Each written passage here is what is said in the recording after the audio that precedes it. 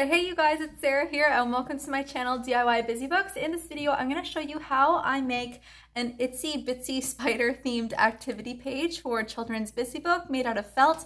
One of you lovely members on my Patreon requested that I do a page like this. So this is my version of the itsy bitsy spider activity page. I've got some beads for the rain to come down and then they form a rainbow once the rain dries up and the sun comes out.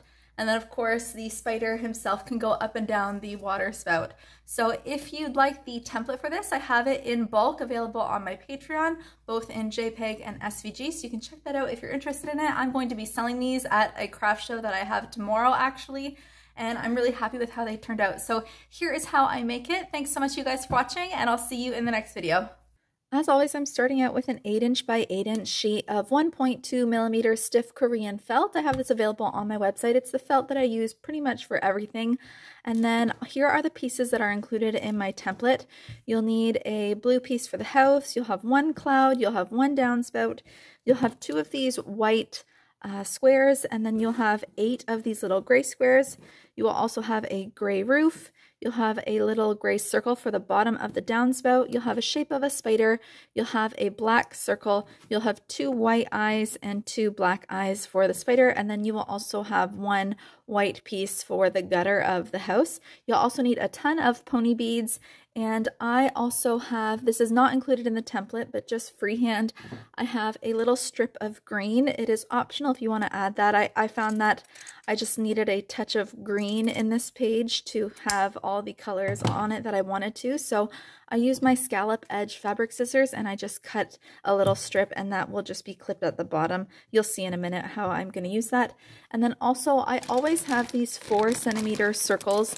I use them for all sorts of pages, including my traffic light page. I use it for a counting page. Let me show you. I use them when I make these counting pages. I just use them when I make a lot of types of pages, and so I always have this big bag of them, and so I just used one of the yellow circles from that. They're 4 centimeters in diameter, and then I'm going to use some of my scrap orange fabric and again use my scallop edge scissors to cut one of those around, and that will be the sun. I didn't bother including these pieces in the template because I already have the yellow circles on hand, and I find that the orange outline is quick and easy enough to cut with my scallop edge scissors, so it's a good opportunity to use up some of my spare felt that I have laying around. So the first thing I'm going to do is I'm going to sew down my blue rectangle here, but I'm just going to sew the top and the side. I'm not going to bother sewing the bottom and this side because those will be sewn at the end when I'm doing the entire border. Same concept with this roof. I'm going to sew it on, but I'm not going to bother sewing down this side just to save myself a couple of seconds because that will be sewn at the end anyways. I'm going to sew down this gutter and I'm going to sew down this downspout.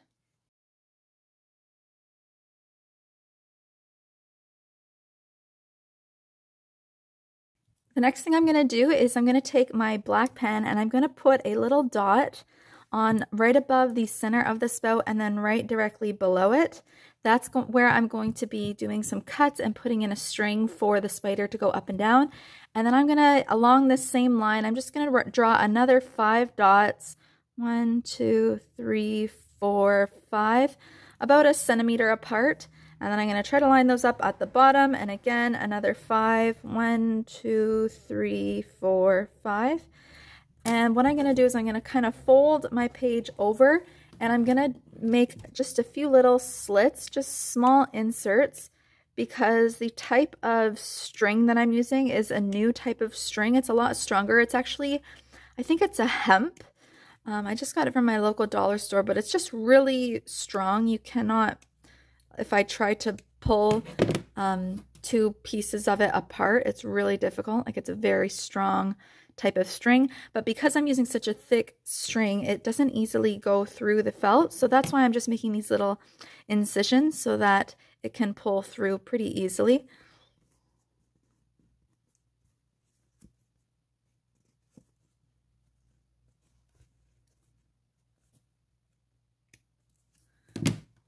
And I didn't have a big enough needle that would actually thread this type of string, so I actually had to break my own needle, but that's okay. I don't mind because I have made a ton of these pages now, well, 6 of them now, and so I've been using it with all of them. And so I'll have to get a bigger needle that would actually fit this. So what I'm going to do is I'm going to get a good long piece. I've already tied a knot in one end, and I'm going to pull it all the way through. Now that slit that I made is actually too big. I really could pull that knot through, but that's okay. I'm going to be hot gluing that down after the fact anyways. So I'm going to put it through that one first, right above the spout. I'm going to bring it back down underneath the spout and pull it through. And then I'm going to put it through the next slot. And here is where I'm going to add my beads in. And so you just have to be careful. The way that I decided to do it is I'm going to do 2 dark blue beads at the bottom of each of these strings to represent the rain that comes down. And then I'm going to form kind of a shape of a rainbow. So this one, I'm going to put a lighter blue, a green, a yellow, an orange, and a red.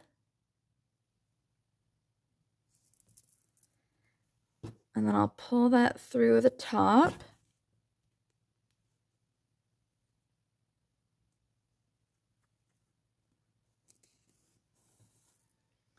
And then go through the next one.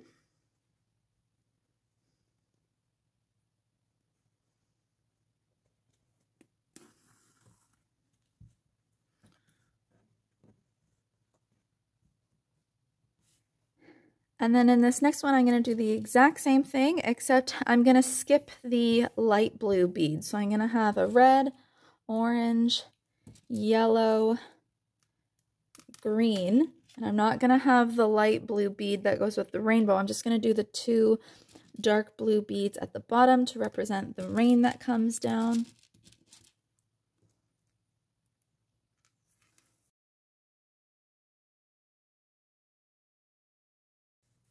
And then for this third one, same kind of thing, but now I'm just going to do 2 dark blue for the rain, and then I'll do a yellow, an orange, and a red.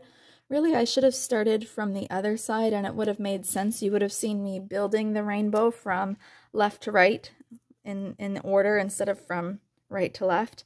But you'll see it come together in a moment here.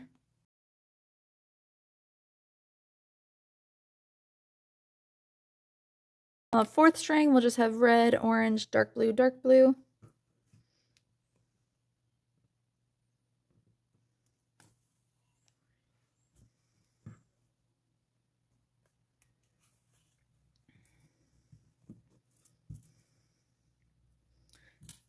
And then finally on this last string, we're just going to have 2 dark blues at the bottom for the rain and 1 red on top. And that'll go through the top there, but you can see it kind of builds that little rainbow arch there. And so when kids are playing with it, they can pull the rain down at first when the rain starts, and then when the sun comes out, they can clean up all the rain and they have a rainbow there. And here's what the back side looks like. And again, I'm just going to tie a knot at the end of this string. Again, not that the knot's really going to do anything. It's primarily going to be the hot glue that I'm going to add that is going to keep everything kind of really in place, but I'll add a knot anyways.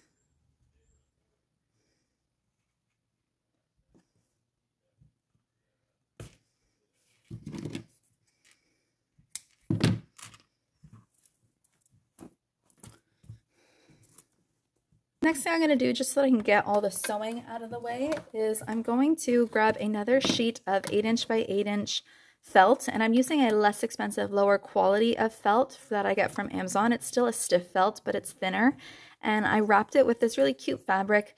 If you guys know my page, you know that's how I make busy books. I make them only one-sided, and then on the back side, I just use a plain sheet of felt. And often I will have a cute fabric that I wrap around it. I thought this one was great because it's got a little rainbow with raindrops on it. And I also have these 2mm thick pieces of felt that I've cut out to use as my binding piece. So I'm going to place that on one side of my page. I'll clip it in place. And I'm just going to apply a ton of hot glue onto all of these exposed hemp sections and the knots. Again, like I mentioned before, just to help keep it in place. I've just run out of hot glue. I gotta find another pack here. Hold on.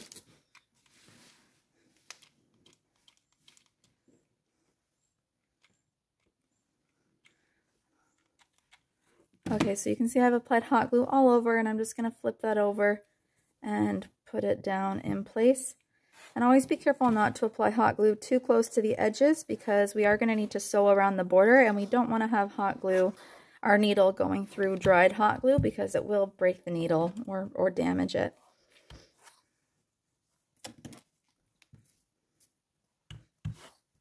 Now, as I'm sewing around the border, I'm also going to just clip in place this cloud.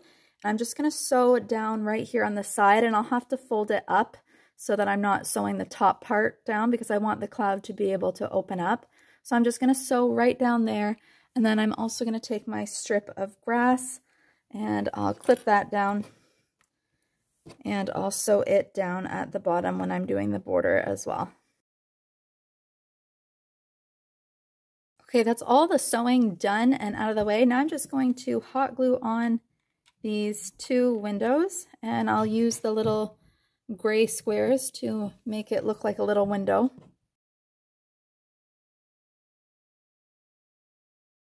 Okay, then I'm going to hot glue on my yellow circle onto the orange piece that I cut out by hand.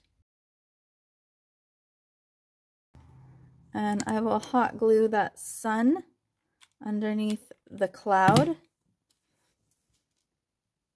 It will be sitting on top of some of the strings, but that's okay. I actually prefer that because it helps cover up those holes that I made.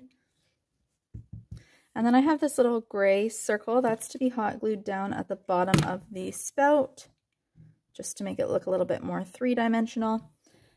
Okay, and then last but not least, we have our spider cutout.